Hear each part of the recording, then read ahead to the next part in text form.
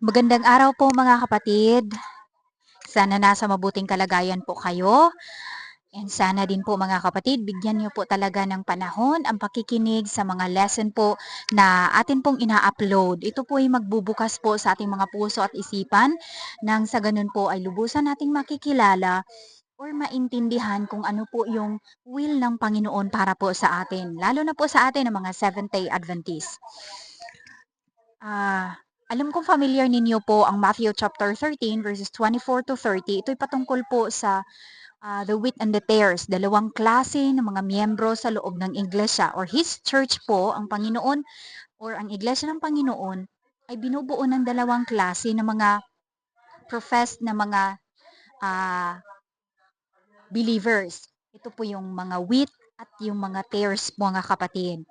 At dito naman po sa Review and Herald April 2, 1901, sabi dito mga kapatid, sabi dito na, Simeon and the priests represent two classes. So, alalahanin natin si Simeon po mga kapatid, siya po ay inspired by the Holy Spirit at sinabihan siya na hindi siya mamamatay hanggat sa hindi niya masilayan yung si Jesus Christ na Mesiyas. And ang mga priest naman na mga prejudice kay Jesus Christ na hindi tumanggap kay Jesus Christ na Mesiyas. Ngayon, silang dalawa po or si Simeon po at itong mga priest ay nagre-represent sa dalawang klase ng mga tao sa loob ng ating iglesia.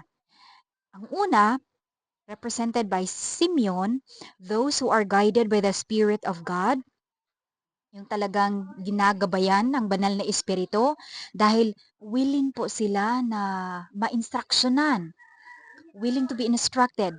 At pangalawa naman, represented by the priest, are those who refusing to receive the light which would lead them into all truth. Pangalawang klase naman ng mga miyembro ng iglesia ay mga tao na tumatanggi na tanggapin yung liwanag na sana mag-lead sa kanila into all truth. So malinaw mga kapatid na dalawang klase lang po talaga ang mga miyembro sa loob ng iglesia. Those who are guided by the Spirit and lead into all truth, being led into all truth, naintindihan nila ang buong katotohanan ng mga Seventh-day Adventist, ito mga kapatid, at ito namang mga miyembro ng iglesia nang walang alam sa lahat ng katotohanan. Ngunit napaka-proud po nila mga kapatid. They are proud sa kanilang